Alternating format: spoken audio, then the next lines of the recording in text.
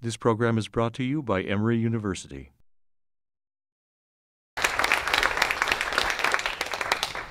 Well, first I'd like to, before I begin my formal remarks, to thank Professor Harvey Clare and, of course, Randy Strahan, my former colleagues, for the invitation to come back. As he said, it is in many ways a homecoming for me. I spent more than a decade here, and very happily too, and it was with some regret that I left. I'm very pleased to see also in the audience, amidst the sea of faces I don't know, a few students whom I do recognize. Now, math was never my strong suit. Those students that I recognize are either seniors about to graduate or have been failing for some time. And I won't say which I guess it is. I've been asked, my original assignment was to speak about some aspect of the legacy bequeathed to us by Greek antiquity. Now, that subject is vast, as you can imagine, and so it has to be narrowed down. And I am very eager to share with you my profound thoughts about Greek architecture and vases and Spartan agricultural practices. But I've decided to limit myself to Greek philosophy, more precisely to Greek moral or political philosophy, more precisely still to the moral and political thought of Aristotle. In other words, I preferred to narrow rather than to broaden my focus today. But as I hope you'll be willing to grant me eventually, if not right now, to focus on Aristotle is to broaden one's focus. Now, before I turn to speak about Aristotle, I want to read something much closer to home than anything written by some very old Greek fellow. When in the course of human events it becomes necessary for one people to dissolve the political bands which have connected them with another, and to assume among the powers of the earth the separate and equal station to which the laws of nature and nature's God entitle them, a decent respect to the opinions of mankind requires that they should declare the causes which impel them to the separation. We hold these truths to be self-evident, that all men are created equal, that they are endowed by their Creator with certain unalienable rights, that among these are life, liberty, and the pursuit of happiness. I didn't write that. I ask only for the moment that you keep these words in mind.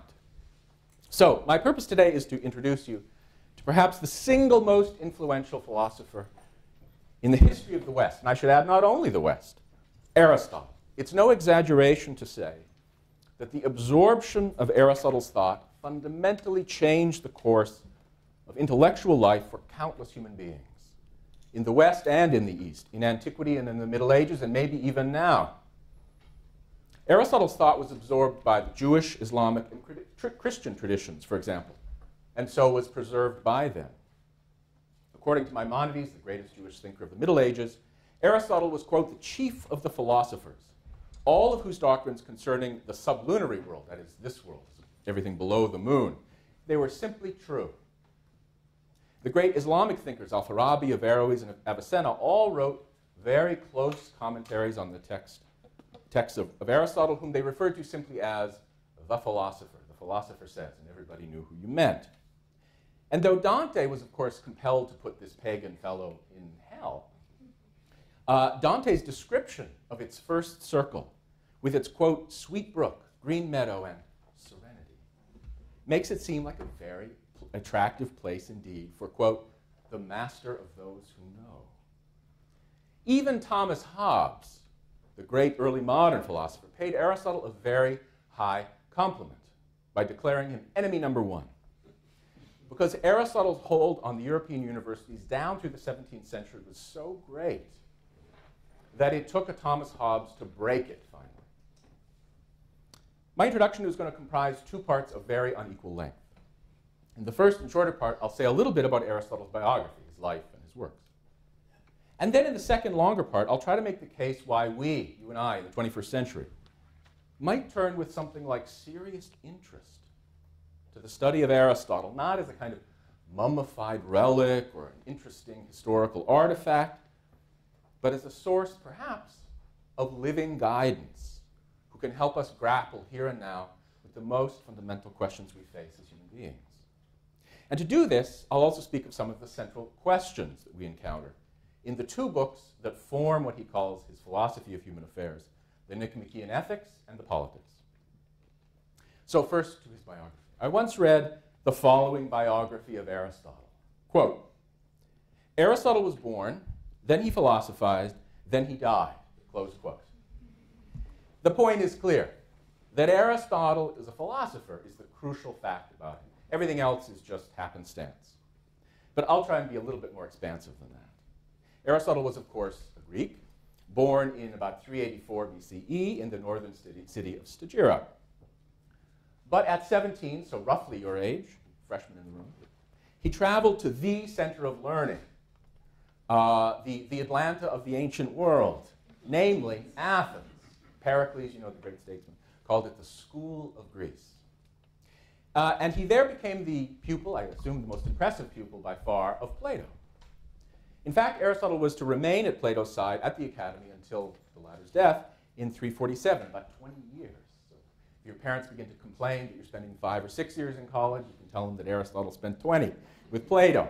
Aristotle thus forms a link in what surely must be the most impressive chain of thinkers the world has ever seen. Aristotle was the student of Plato, who was in turn the student of Socrates. That the constellations were once aligned in just the way to produce 3 great philosophers in close succession has to be one of fate's most beneficent blessings. Well, after Plato's death, Aristotle left Athens, and he eventually made his way to the court of Philip of Macedon, where, at least according to some sources, he became for a time the tutor of young Alexander, who wasn't yet great, but soon would be. Shortly after the death of Philip, Aristotle returned to Athens in 335, and there founded his own school known as the Peripatetics. And there Aristotle lived and taught and wrote for about a dozen years or so, until 323, when he too, like his intellectual grandfather Socrates, was brought up on charges of impiety. Talk about that if you like. But unlike Socrates, Aristotle chose to get the hell out of Athens to prevent it from, quote, sinning against philosophy a second time. He died in Chalcis at about 322.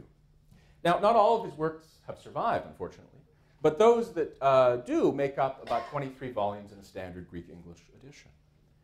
And the range of subjects covered by those works is astonishing, from logic to rhetoric, to the motions and parts of animals, to morals and politics, to physics and something called metaphysics. In short, Aristotle took as his proper study the whole of philosophy, from the subhuman, plants and animals, to the human, morals and politics, to the suprahuman, the cosmos. I turn now to the question of why we should study Aristotle with serious intent. That is, not just to learn about him, which we just did, but maybe from him. After all, in the list of subjects I just gave, many in this room probably think that modern science and modern philosophy have done a much better job than he did. Maybe because I'm a professor of political theory, I want to begin from a political consideration, in the preliminary case why you might want to take Aristotle seriously. You and I, we are blessed to live in something called a modern liberal democracy. A liberal democracy. This means that the rule of, for, and by the people, to paraphrase Lincoln, has as its chief purpose the protection and promotion of liberty, freedom. Or to put the same point a little bit differently, liberal democracy is devoted to protecting certain inalienable rights that belong to us as individuals, even prior to joining any community. And these individual rights were neatly summed up by Thomas Jefferson in the words that I quoted near the beginning. The right to life, liberty, and the pursuit of happiness. And there is, if you think about it, a kind of rank hierarchy in these rights. We have to be alive in order to be free, and we have to be free in order to pursue happiness. Now, it is the mark, of course, of a free country that it doesn't tell us, its citizens, how best to do that, to pursue happiness. It's up to each of us as autonomous individuals to chart the course of our life. Because we live in a modern liberal democracy, we enjoy the maximum possible freedom within which to pursue happiness, as each of us understands that phrase. This, of course, is the great promise of modern liberal government. But precisely because that government is limited, or because it wants to guarantee individual freedom, it largely refuses to take on the responsibility of answering for us the question, of what the good life is for a human being. In other words, our government or our way of life declines to identify what the best use of our individual freedom may be. Think of it this way. On the morning of your 18th birthday, I assume everyone has had this experience, you wake up and put both feet on the floor and say, now I'm free. And what's the second thought that occurs to you? You see? It still occurs to you. Now what do I do? I'm stunned. I have no idea now that I'm free. No one can tell me what to do. And so the great promise of life in a modern democracy brings us face to face with its greatest challenge. We have to try to understand how we might, each of us, take full advantage of the remarkable liberty available to us, and so pursue happiness in the best way possible. We don't want to screw it up, in other words.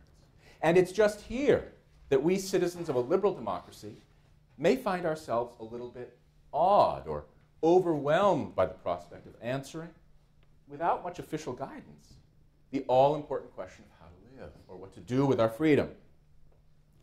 Left only to our own resources, how can we know which are the serious and worthwhile lives from among the whole smorgasbord of lives we might choose from? Unfortunately, as Alexis de Tocqueville once observed, and you should read Tocqueville before you leave college, life in America is marked by both very great liberty and very great conformity, or conformism. Given the nearly perfect freedom to pursue happiness, as we each think best, when push comes to shove, we tend to choose lives very similar to one another. This is one of the strangest and the most disturbing facts of life in modern America. Now, in order to make full use of individual liberty that we enjoy in this country, we need to make full use of the only education that's expressly geared to prepare us to be fully free. And I mean a liberal education. And those of you have already, most of you in the room have already made two important decisions. A, to come to a liberal college, liberal arts college, and B, to take the voluntary corps. Good for you. Your work's not done, but it's a first step. And once we realize the singular importance of liberal education for citizens in a liberal democracy, we very quickly come to one name, Aristotle. To mention only one reason now, we find in Aristotle a singular laser-like focus on the question of what the good life is for a human being. And he was of the view that this question can be answered by us, that the question of how to live does not, in fact, rest merely on opinion or taste or personal quirks. Now, this very fact, that Aristotle thought that human reason can answer and answer correctly the question of the best life for a human being, shows already that Aristotle is, in important ways, very different from us. The proof has to be in the pudding, of course. But for now, I say only this much.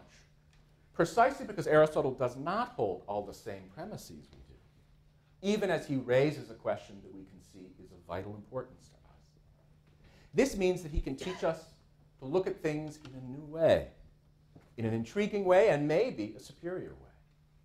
You have to look into it to see. There's also a fairly obvious objection to the idea that we can learn something from Aristotle now. And it goes something like this. Isn't Aristotle's thought a product of its time? A reflection of the fact that he was, say, a male member of the aristocratic elite of the 4th century BCE? This is a complex question, and in the question period you can come after me. I just make one observation. As we'll soon see, the central concept of Aristotle's political and moral thought is the idea of virtue, arete in Greek. And in his very famous doctrine of the moral virtues, he lists 11 in total. More on that in a minute. Each of these he presents as a mean between two extremes, the two extremes being the vices, of course. For example, courage is the mean in the middle, recklessness, not being afraid of anything, is one extreme, being afraid of everything, or cowardice, is another. But Aristotle's list of virtues and vices is not a mere reflection of current opinion in his day, and I can prove it. Why? Because as he goes through this list, he indicates that several of these virtues and vices have no name, and therefore he comes up with a name, he coins a name. And that means that if he'd gone up to a man or a woman on the street, 4th century Greece, and said, what do you think of this or that, they probably couldn't come up with a name for it. In In other words, he wasn't simply just parroting the thoughts of the day. Well, let me turn now to give a sketch of the way in which Aristotle approached the question of the good life. As I just said, at the center of his moral, political thought is this thing called arete, virtue or excellence. As human beings, we strive for excellence, for virtue. And nobody before him or after has subjected this idea to such a searching inquiry. In the Ethics and the Politics, Aristotle divides virtue into essentially two kinds. This you have to remember.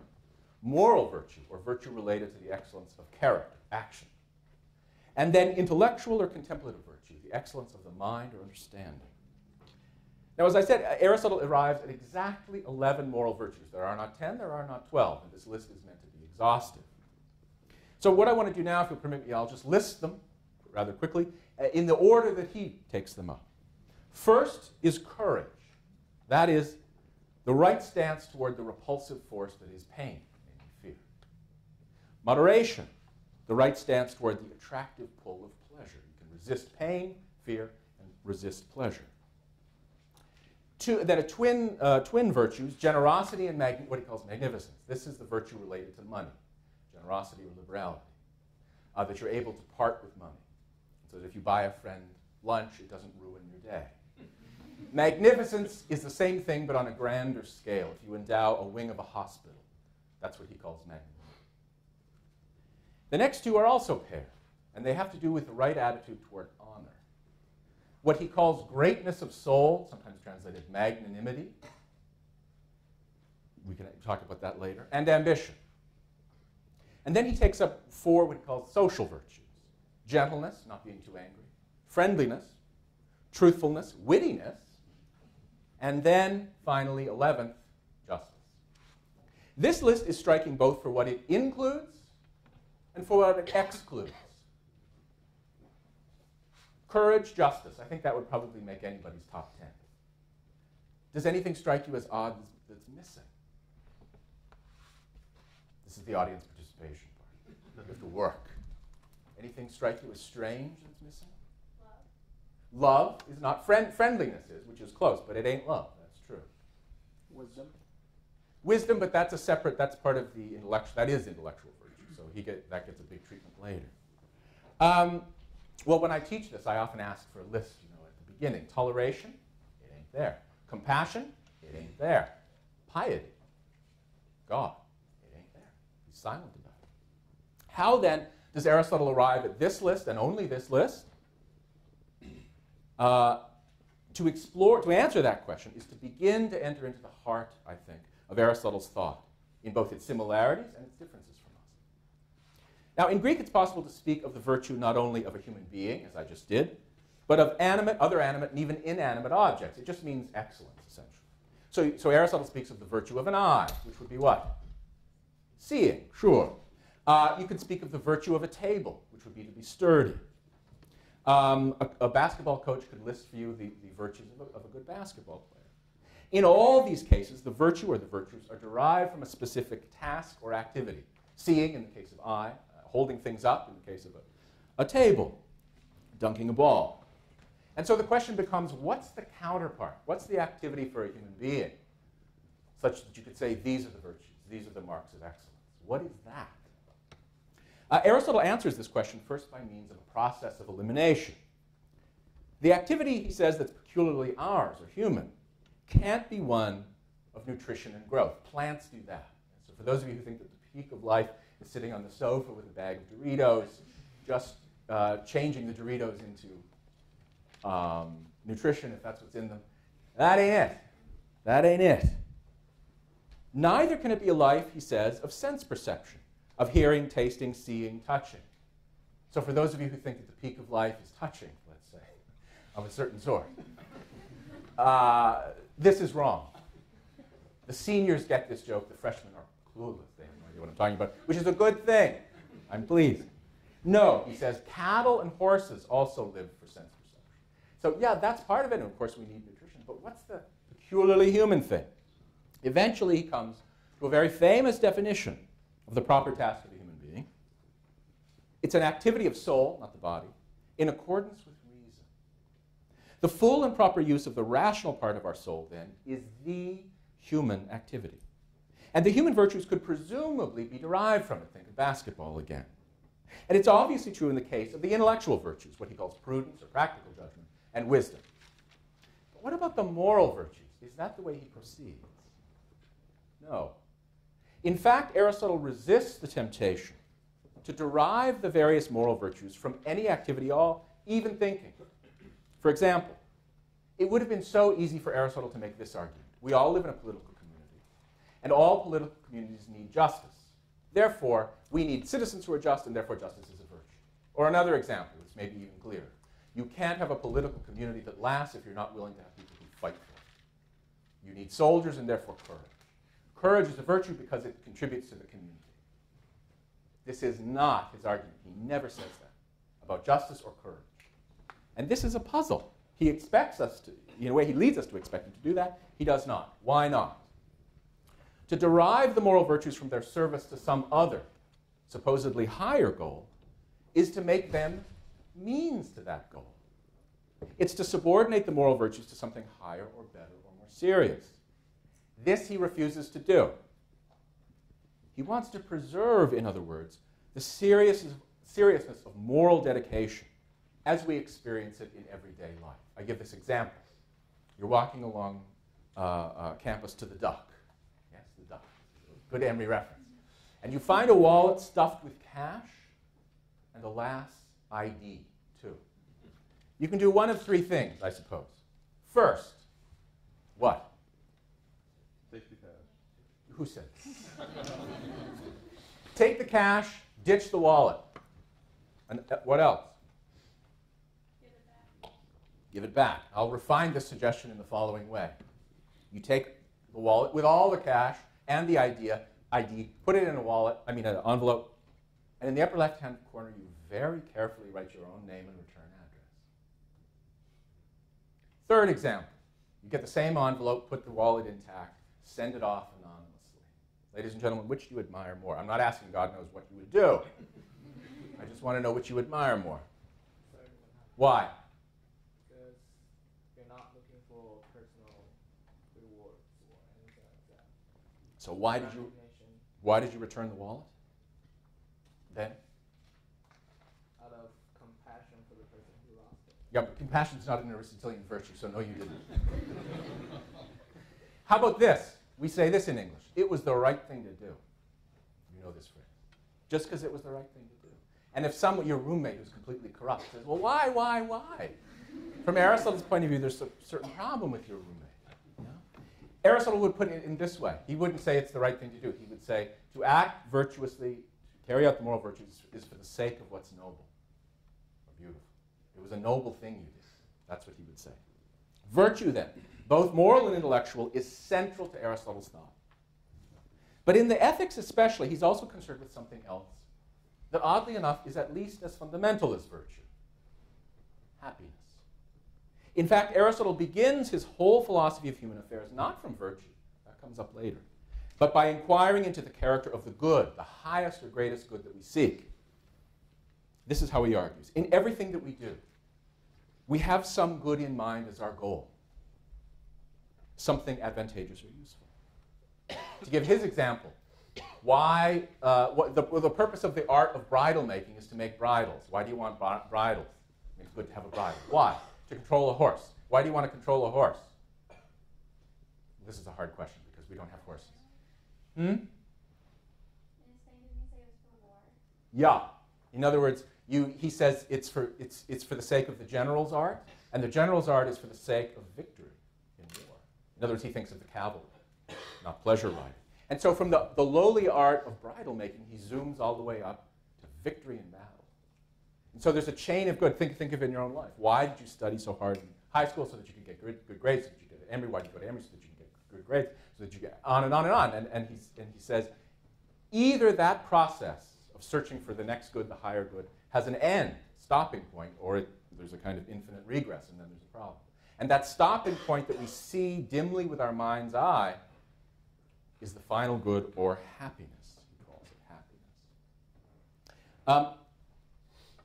And once he arrives at this term happiness, he begins to unpack opinions about it. And he goes step by step through the most powerful opinions about it. And he says most people think that happiness has to be something obvious. And he gives three candidates: pleasure, wealth, or honor. Pleasure he treats very harshly, at least at this stage. Later he gives a more subtle account. But he says to live for the sake of pleasure is like to live like cattle, licking a salt lick in the middle of a field and saying, I'm happy. No, this is not it. What about wealth? He makes a very interesting argument. He says, it is literally impossible for you to live your life for the sake of money, being rich.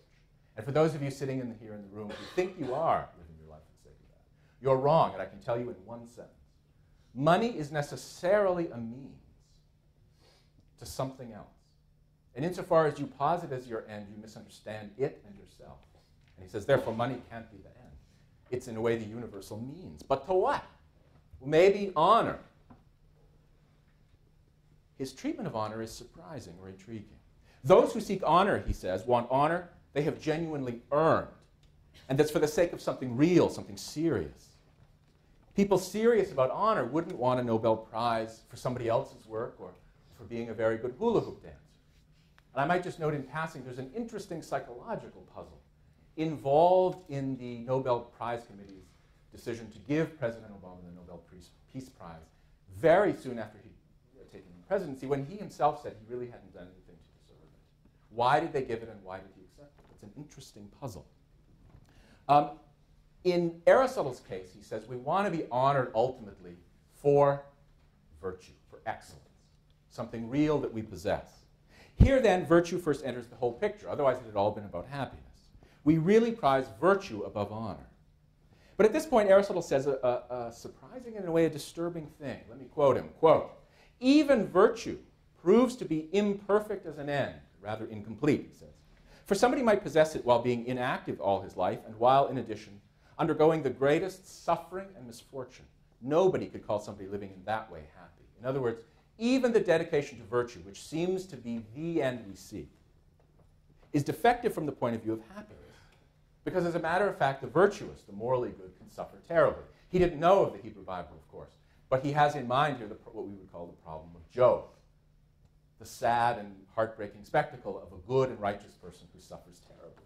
And he says that's possible. At this point, we seem to hit a brick wall. Aristotle has demonstrated that we all long for something, that final good, call it happiness, that's surprisingly elusive. There's something uncanny about happiness. If I said to you, I'm really worried about Frank, I think he's unhappy, you wouldn't stare back at me dumbfounded. What are you talking about? You would have a clear sense of what it was that I meant. And yet happiness seems to be this thing that just when we extend our hand to meet it, it seems to vanish. It has this strange character. Aristotle begins again, therefore, this time with a new inquiry into happiness. And his chief purpose in doing so is to bring out our opinions or our hopes that that final good, that for the sake of which we do everything else, all of our strivings, that thing that we call happiness, he says must, as such, be complete or perfect and self-sufficient. In brief, he says, we believe or hope that there is some one good thing, the possession of which will leave us in need of nothing, and so render us happy. He says this explicitly. This, I think, is the deepest meaning of happiness. Today, the term gets somewhat debased. You're at a restaurant and the entree's not very good, and the waitress says, how's your chicken? I'm really not very happy with it. This is not happiness with a capital H, or unhappiness with a capital U.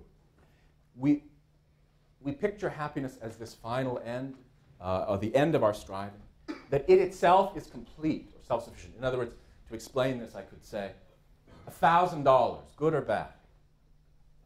Now you don't want to praise money after I trash money, but as a general rule, $1,000, good? Good.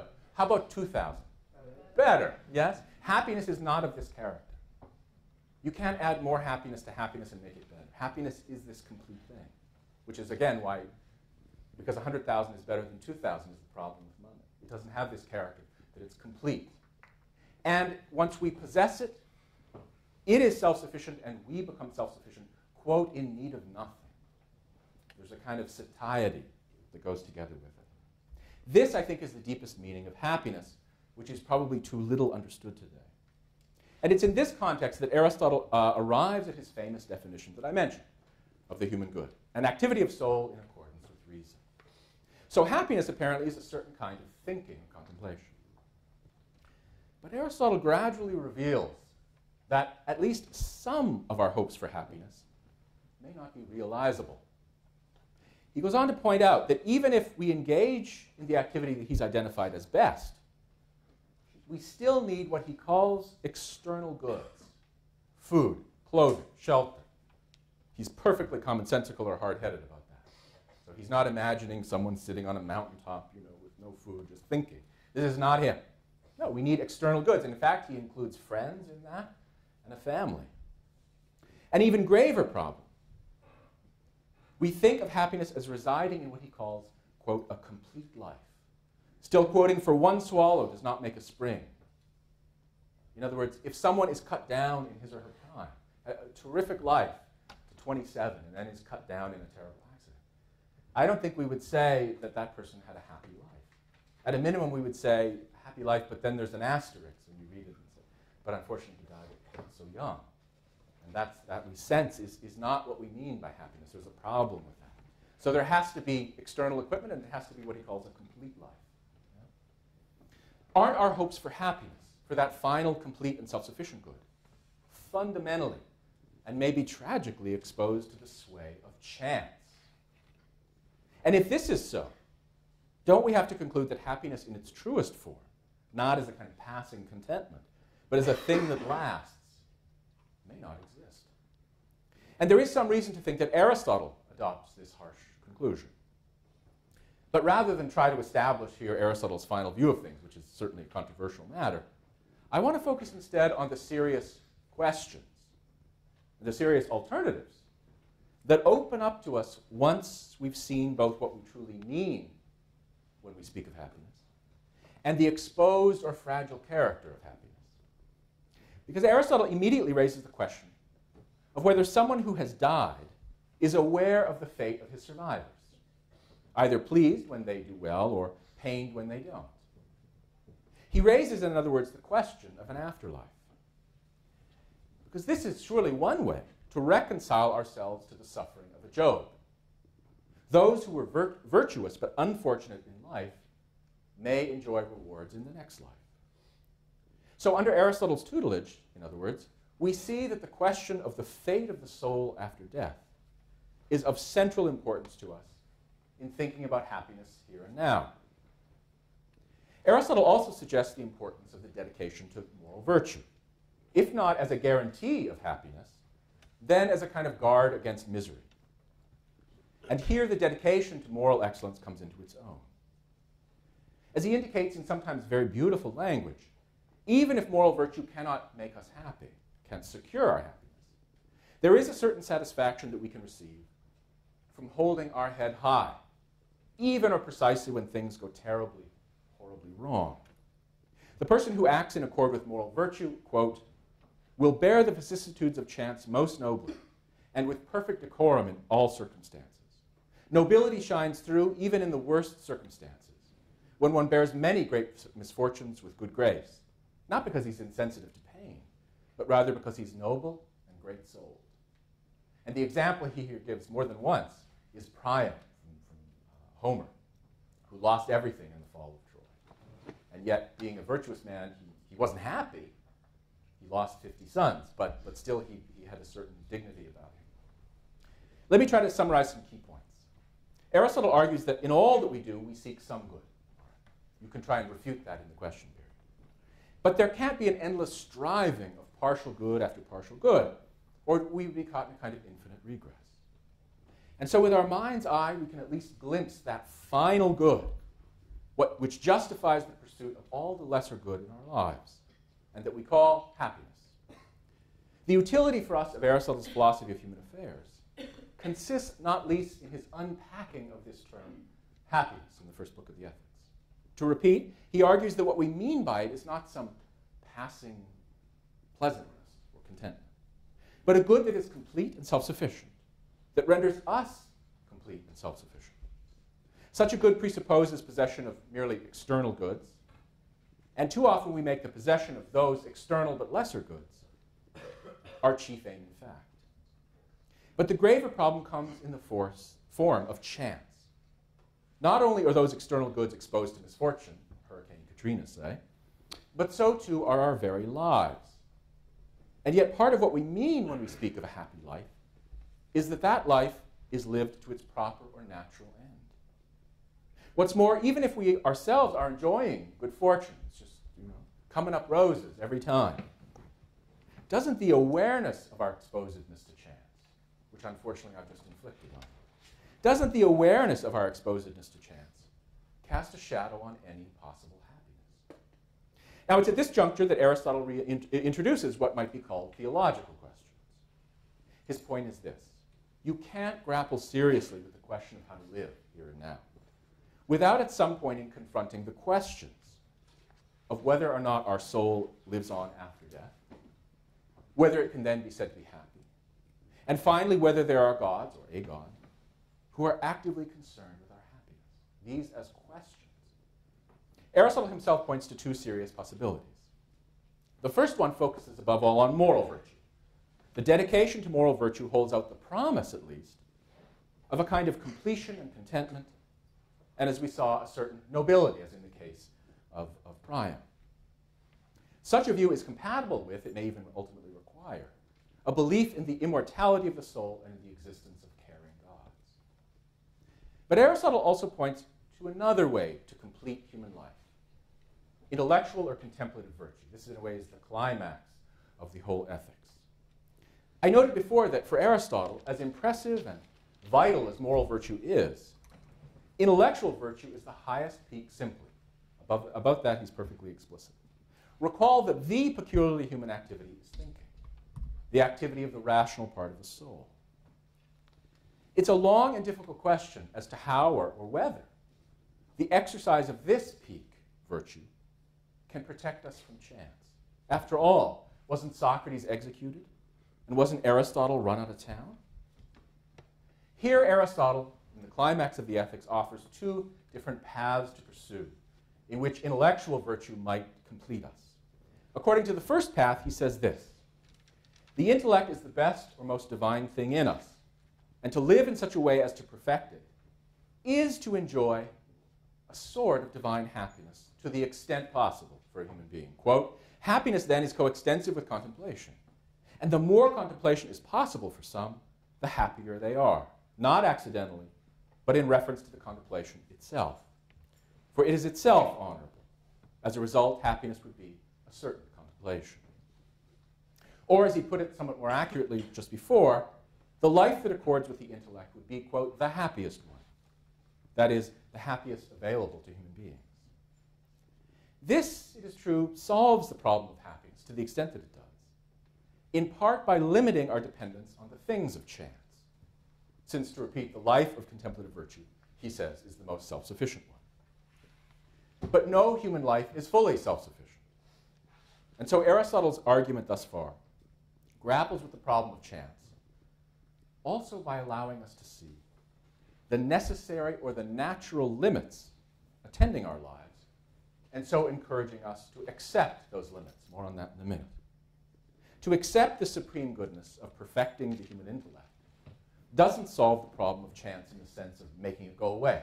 You can't get hit by a bus. To understand the world as it is and ourselves as we are is to see that our original or pre-philosophic hope for a complete happiness may not be realizable. But this is not Aristotle's last word on the matter, because the second path he sketches suggests not that we imitate a godlike contemplation, but rather that those who actively seek to perfect their intellect, quote, also seem to be dearest to the gods. Still quoting, for if there is a certain care for human beings on the part of gods, as in fact there is held to be, it would be most reasonable for gods to delight in what is best and most akin to them. This would be the intellect. And to benefit in return those who cherish this above all and honor it, on the grounds that these latter are caring for what is dear to gods, as well as acting correctly and nobly. What's the difference between the two? In the first, he simply says that if you perfect intellect to the extent possible, that is such happiness as available to us. In the second, in what I just read, he said, well, maybe gods would reward you for that. Excuse me. In other words, Aristotle's last word in the Ethics is that there may be a sort of divine providence, one that rewards not moral virtue, but theoretical excellence. What then is the serious core of Aristotle's presentation of intellectual virtue, of thinking, in the face of the problem of happiness? I make only this tentative suggestion. Aristotle seems to indicate that the exercise of intellectual virtue or understanding permits us to see the necessities that govern us, the human equivalents of gravity, in other words. For example, the necessity of our mortality. And so to begin to accept those necessities. There is a kind of calm acceptance, a philosophic resignation that can accompany the life of contemplation. After all, in the act of exercising our highest human faculties, we're reminded of the good things that human beings are capable of and can enjoy, even as we understand the evils that may befall us and even must befall us. We can come to grasp the good things as what they are, in part because of the bad things to which they correspond. I'll give an example to clarify that statement. How many of you would you say that health is a good thing? 82%. There's some hesitation, and there's reasonable hesitation, I would say. But as a rule of thumb, health is good. Certainly I want to be healthy as a rule of thumb. What's the corresponding bad thing? It's an easy question. Sickness. Imagine there was no such thing as illness or sickness. Remove it from our experience. We don't have a word for that. How would you view health in that case?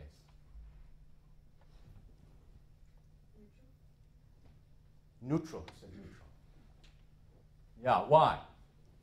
I mean, there's nothing to kind of compare it to. There's nothing to give judgment based on something else. So. I would even go so far as to say that if we lost the word for illness, we would lose the word for health.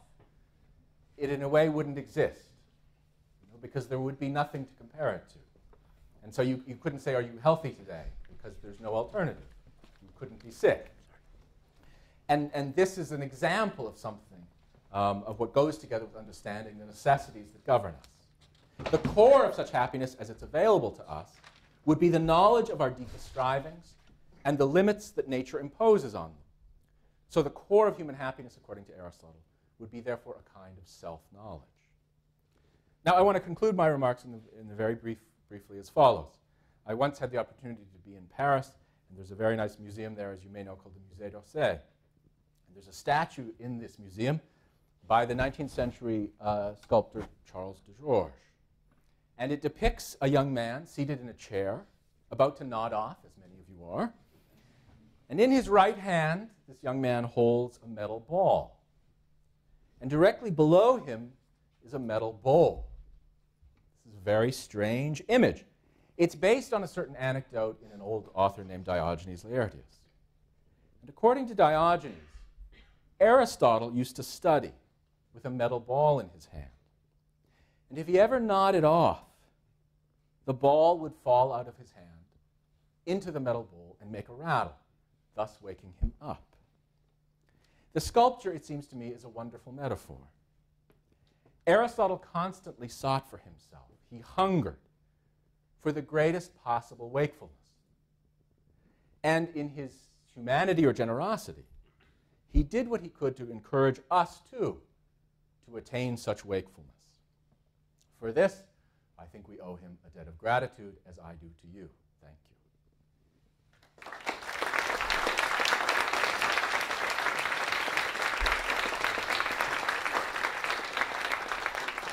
The preceding program is copyrighted by Emory University.